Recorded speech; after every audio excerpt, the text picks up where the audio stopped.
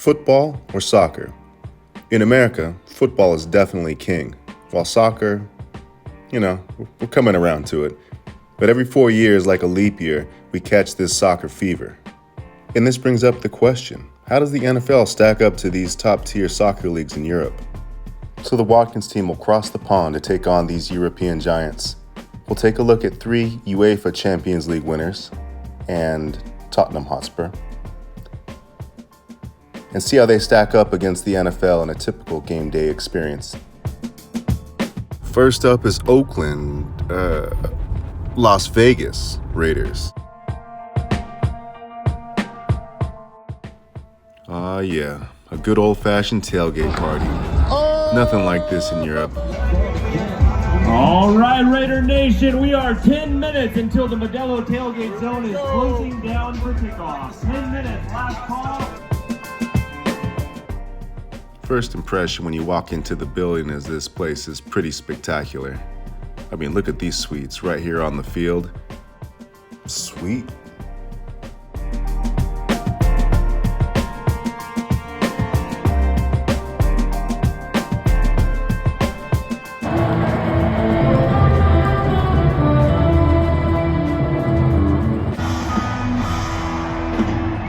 One thing's for certain, just about every sporting event in America, you're gonna start the game with the national anthem.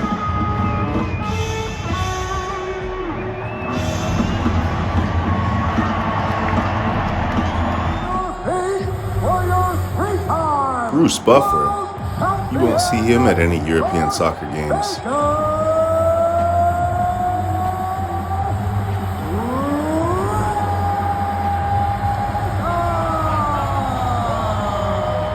So while everything surrounding the game contributes to this amazing ambiance, there's actually a game to be played. Oh, the touchdown! The NFL has really mastered the halftime show. This is Nelly performing his greatest hits, and it's not even the Super Bowl.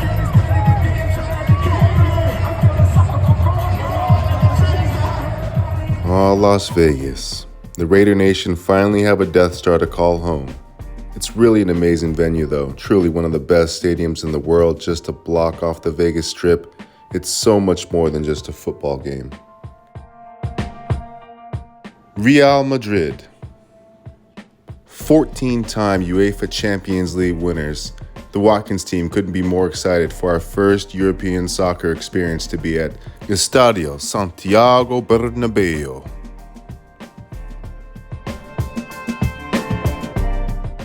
The stadium is really big from the outside, and it looks like it's going to be a nice game. Why didn't you raise the flag here? Why didn't you put on your scarf in the air like everyone else? It was really cold at the time. So you decided not to do that? Okay. It was nice seeing a lot of top-tier athletes in there, so they didn't seem to be working at their full potential during the game.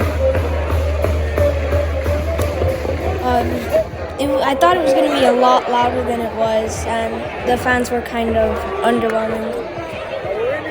Get them! Get them! Yeah, the fans didn't seem very into it, as they were playing a small team.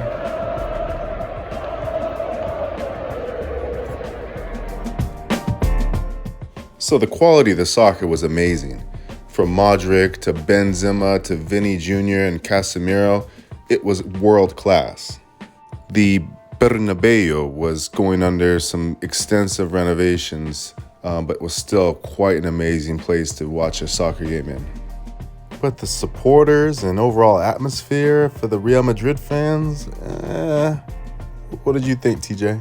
The Real Madrid fans just weren't at their best. Tottenham Hotspur, the pride of North London. It's really modern, really nice stadium walking in.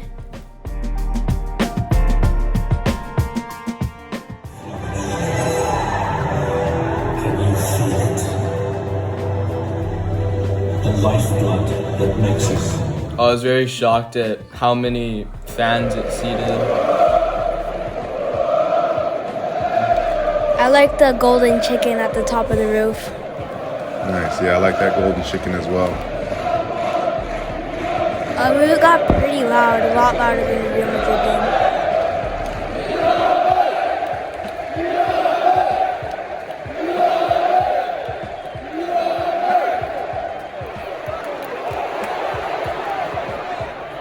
Yeah, it was also nice to see them score.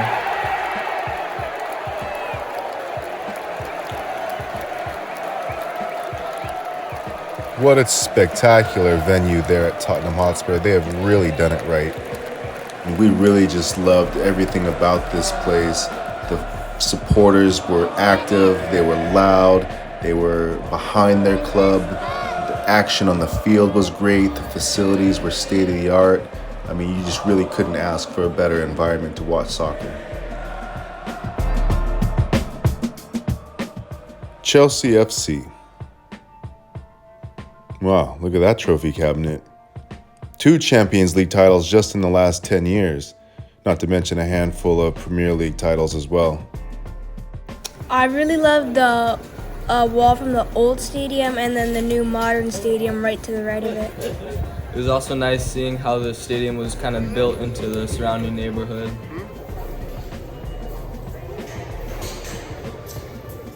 It was a little smaller than the other stadiums like Tottenham and Real Madrid, but it was still a nice stadium. Oh, yeah, the size was definitely kind of underwhelming.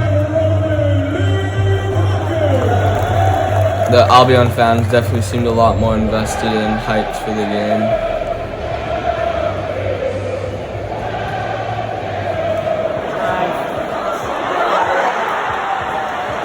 The visiting fans, Brighton, when they scored, they were super excited, and that was really cool. Yeah, it was a really nice experience.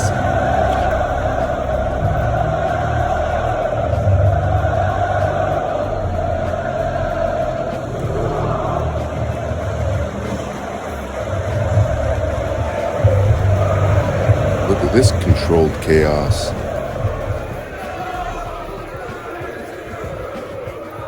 There's just so much to like about this place. The club's history is integrated throughout the grounds. The stadium is squeezed right smack dab in the middle of a neighborhood, and the stadium seats are so close to the action, pushed right up on top of the field. However, the visiting Brighton Hove and Albion supporters brought it. Their small supporter section was drowning out the Chelsea home crowd most of the game, and that just can't happen if you're Chelsea FC. Overall, great energy, great atmosphere, but 2 stars for the Chelsea supporters. Olympique de Marseille. We head to the south of France to check out OM, the only French club to win the Champions League. The stadium is super unique and super modern. This is our first glimpse at the Orange Veladrome. It's really exciting when you walk in. Yeah, I haven't quite seen something like it. The fans were insane throughout the entire game. Yeah, there were like flares, smoke bombs. Yeah, they were all in sync. They all knew what to do, and they were super loud.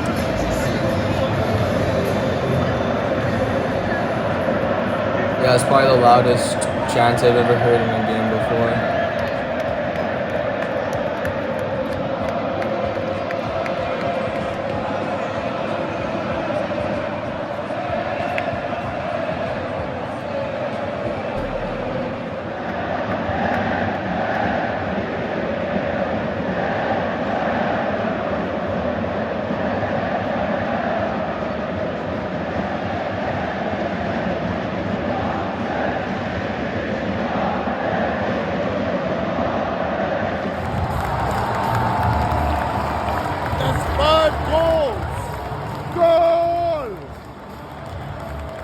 And there was 7 goals in total, 6 for Marseille and 1 for the other team. It was the most goals I've ever seen in one game.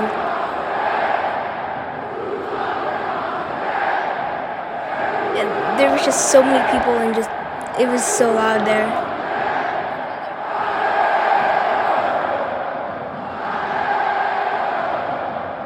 It was probably one of the funnest games I've ever been to, maybe even the funnest. Yeah, it's very highly recommended.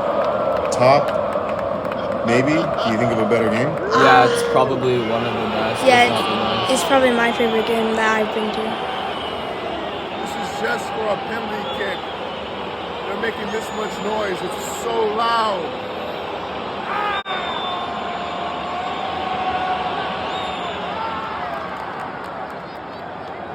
I can say for certain, 9 out of 10 Americans, if you ask them about OM or Olympique de Marseille, they'd have no idea what you're talking about. But this place was magic. The stadium was beautiful. The atmosphere was energetic beyond belief. It was by far the best soccer game experience that the Watkins team have had to this point. Paris Saint-Germain. So for the first game of 2023, the Watkins team will travel to Lens, France, and experience a match at the Stade Bollaert-Delelis and see what it's like as a visiting PSG supporter. Lens play PSG. PSG has won maybe their last 6 or 7 games in a row. Lens has won their last 6. We're gonna sit in the PSG supporters section. We're completely roped off by the net. So we're in a protected environment. We'll see how crazy it gets around here. Here we go. From the PSG Ultras. Just been busted in. Here comes the PSG Ultras here to get the party started.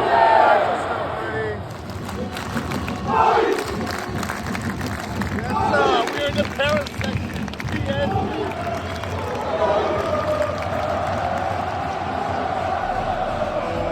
Got 'em fired up.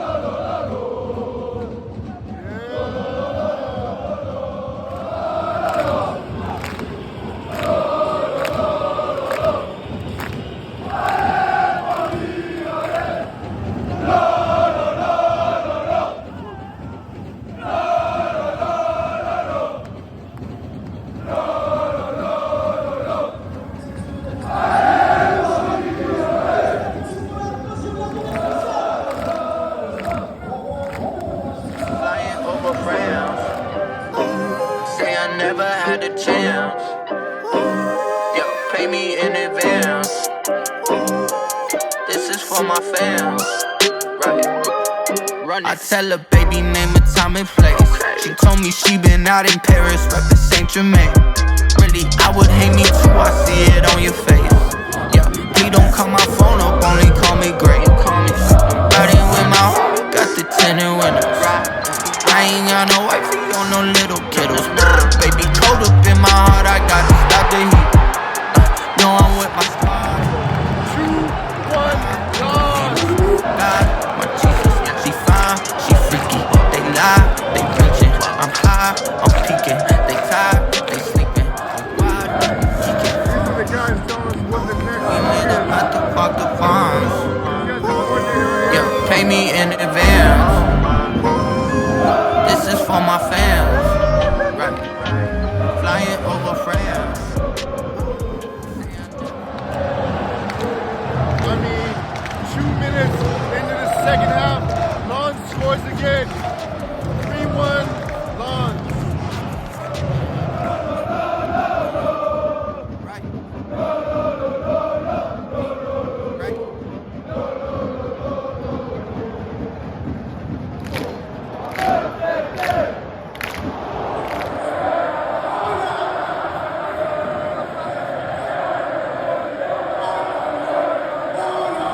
What was your impression? Atmosphere, Really good. out of 10. 9. 9 out of 10 atmosphere, what do you say? 9.5. What about overall experience? 9. 8. Why 8? Because we were standing the whole time yelling. Why 9? Because it was fun. Nice. So now we're There's TJ. So now we are waiting for the security to let us out. We've got us kind of all pinned up.